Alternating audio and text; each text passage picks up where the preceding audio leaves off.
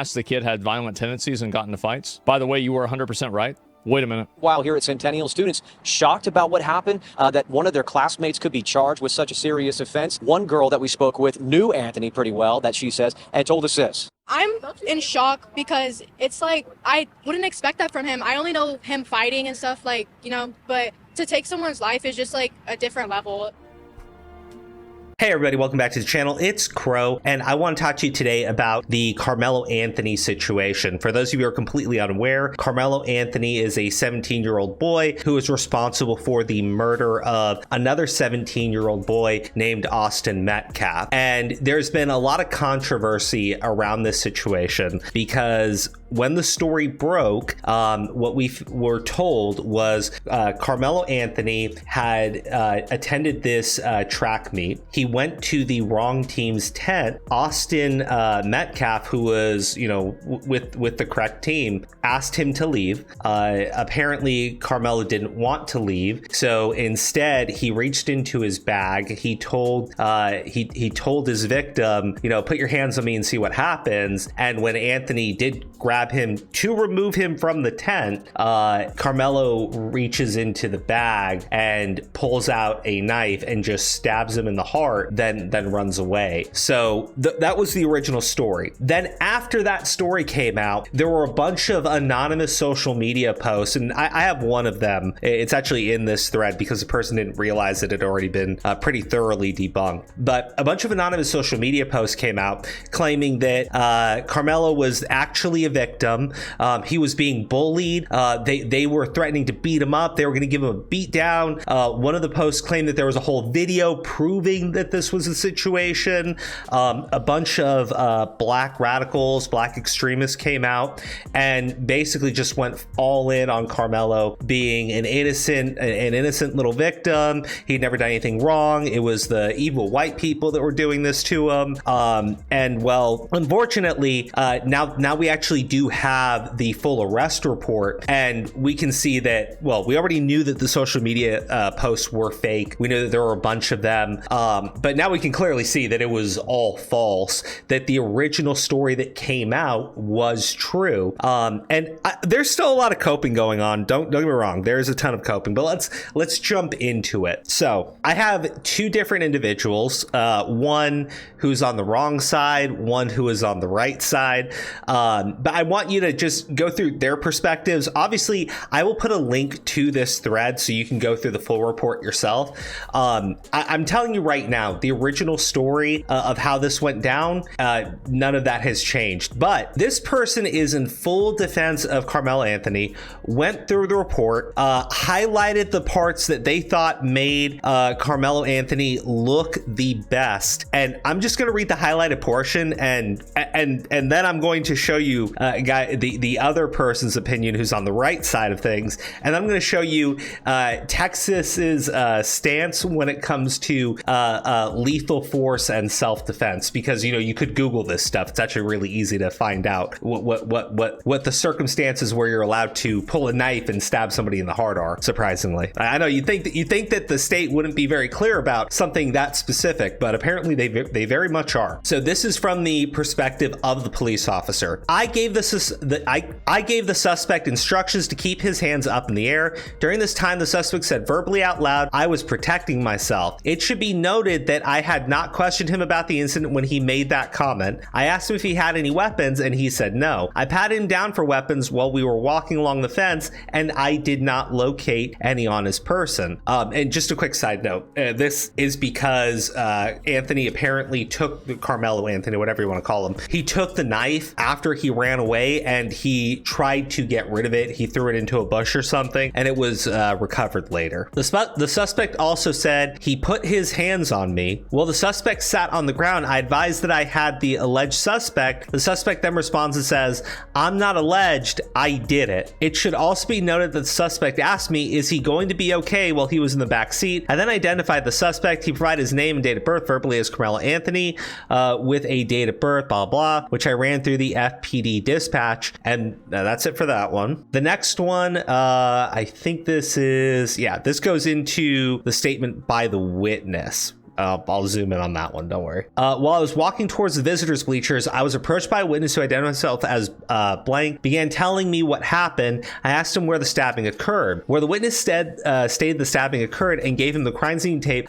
start searching the crime scene. I then had to move away from the walkway under the visitors' bleachers out of the rain to speak with me. The following is a summary of my contact, which, all right, let's just go into the summary. So, easier way of doing this. There we go. Okay. The victim, Austin, and the suspect, who was later identified as Karmelo Anthony. Anthony was from Centennial High School and was sitting under the Memorial High School tent. Austin had told Anthony that he needed to move out from under their team's tent, and Anthony grabbed his bag, opened it, and reached inside and proceeded to tell Austin, "Touch me and see what happens." No one really thought Anthony really had any weapons in his bag, and Austin proceeded to touch Anthony and then Anthony told Austin to punch him and see what happens. A short time later, Austin grabbed Anthony to tell him to move, and Anthony pulled out what blank, the name of the witness, recalled as a black knife and stabbed Austin once in the chest and then ran away. Austin began grabbing his chest and telling everyone to get help. Blank advised he did not know Anthony's name, but stated another Memorial Track member was friends with Anthony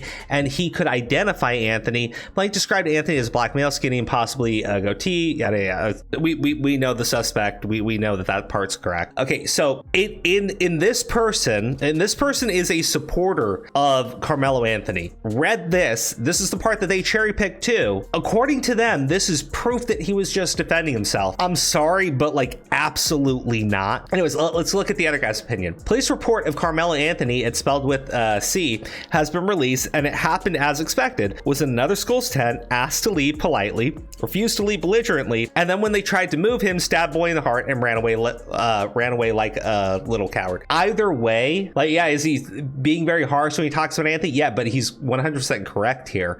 That is absolutely what happened. At no point does Anthony get threatened. At no point is Anthony jumped. Is he surrounded? Do they tell him that they're going to give him a beat down? Do they say that they're going to mess him up or anything? It's not insinuated in any way, shape, or form. They don't say that they'll get weapons, nothing like that. He's clearly in the wrong space. They asked him to leave, and his first action is to reach into his bag where he has a knife, meaning the very first thing he went to do was grab lethal force when he was asked to leave an area he wasn't supposed to be in. Right off the bat, your self-defense claim is gone. Okay, like it's absolutely gone. So let's talk about this.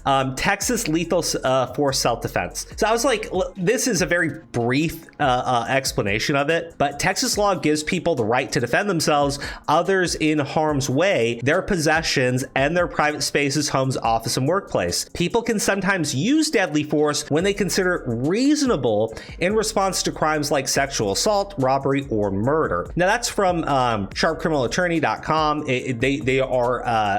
They're criminal defense attorneys. So that's their statement on it. I also had this from versustext.com. It's a blog. It's actually going over the stand your ground and castle doctrine, but they had this very easy summary over here, which is just Texas or self-defense in Texas, a quick summary. Scenario: to protect yourself. Use of force is justified when reasonably believed immediately necessary to protect against another's unlawful force. So here's the thing. Even though Anthony wasn't supposed to be in the tent and he was asked to leave and he immediately said, you put your hands on me, see what's going to happen. Even at that point, had Austin turned around and smacked him, hit him, grabbed him, tried to drag him out of the tent. At that point, had Anthony turned around and just given the guy a beat down, technically he could argue self-defense. Even if it was a severe beat down, he could still argue it's self-defense because Austin doesn't have the right to grab him and try to physically remove him, right? Like he doesn't have the right to touch him. However, that's not what happened. That's not at all what happened. This is use of deadly force because this is what occurred. Justified when reasonably believed immediately necessary to protect against another's use of deadly force or to prevent death, serious bodily injury, or the commission of violent crimes such as aggravated kidnapping, murder, sexual assault, or robbery. We know for a fact Austin was not engaged in any type of crime. We know know for a fact that Austin was not threatening to harm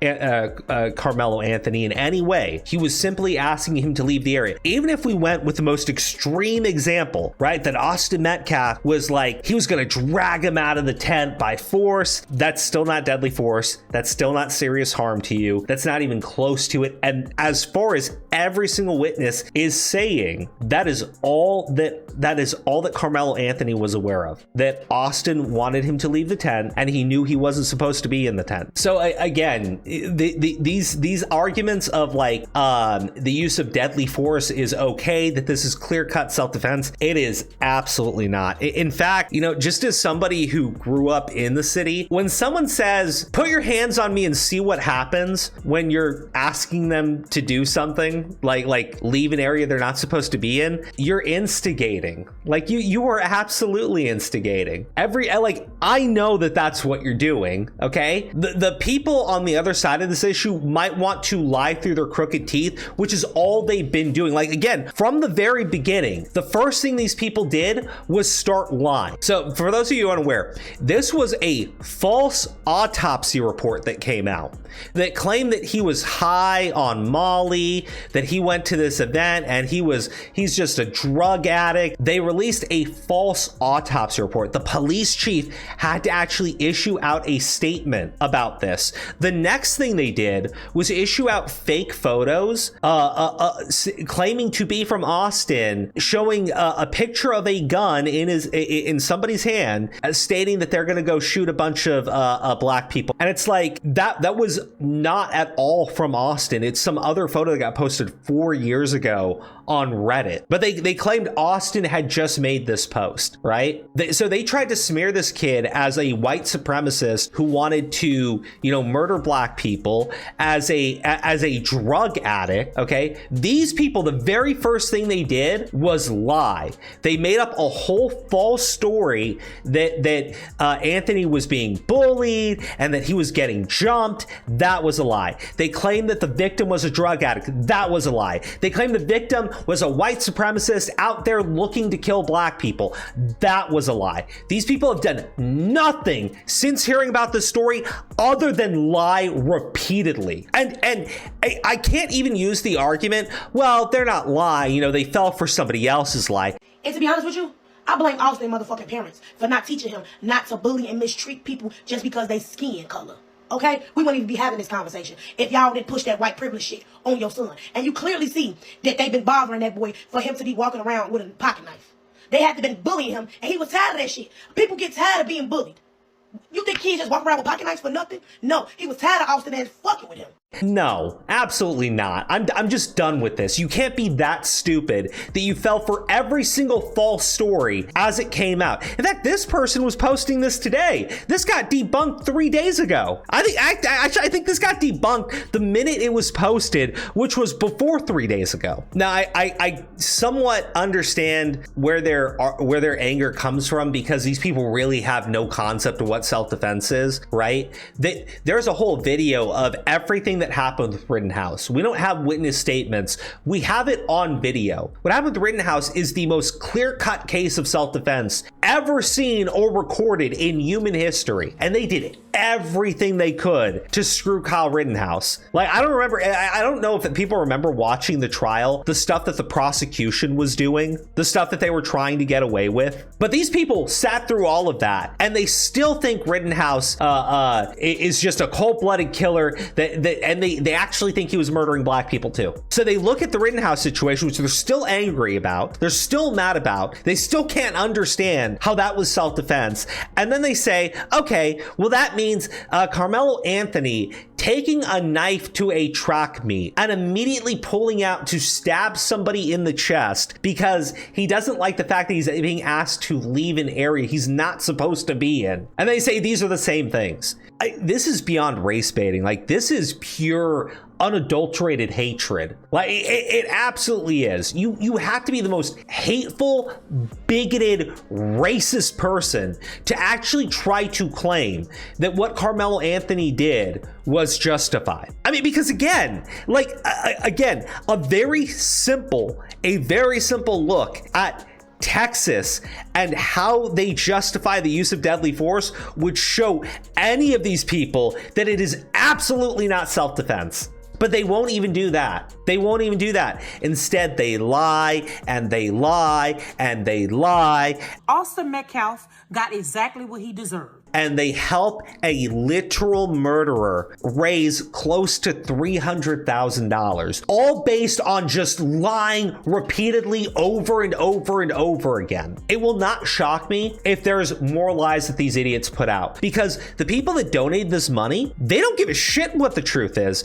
I was reading through a couple of these donation comments, and I'm sure it's like updated and everything, but like, let me just see here. Oh, here we go, right? I wonder if the bug started eating at Austin's remains yet. Free this black king. He was just defending himself against the original suspect. Shout out to all my people who are donating and helping this family. Love y'all unconditionally. Actually, let's look how truly evil these are that wrote this. This is the official support fund for Karmelo and his family during this challenging and difficult time. The narrative being spread is false, unjust, and harmful. The fact that these asswipes actually put that. The narrative against Anthony is harmful. The narrative that these people were making up about his victim was beyond harmful. It was beyond defamation. The kid's dead, and they were running around, right, brazenly calling this kid a drug addict, a white supremacist, claiming that he had a vendetta where he just wants to murder a bunch of black people, that he was actually a bully, that he was jumping black kids with his buddies and his brother. Like, these people went with this whole narrative painting this kid who got murdered as an evil white supremacist, and then the family, these same jackasses who have raised the goal on this on this thing like 3 or 4 times now, turn around and say, you know, the narrative being told about our son, it's unjust and false and harmful. These people are fucking evil. The reason why I put that video at the start of Asmongold watching that news clip is just to show you that this kid is not some innocent little angel. I know some story about how he helped some kid when he was 14 years old. Yeah, but apparently in high school, he liked to throw hands too. And by the way, the knife he didn't just bring to the track meet. He got in trouble because he also brought it to his fucking school. These people are literally evil. This family is actually evil. Everybody who donated money to this kid, they might not be evil. They might just be stupid. But that's a dangerous combination when you get a cavalcade of actual idiots and actual evil. Only bad things are going to come of that.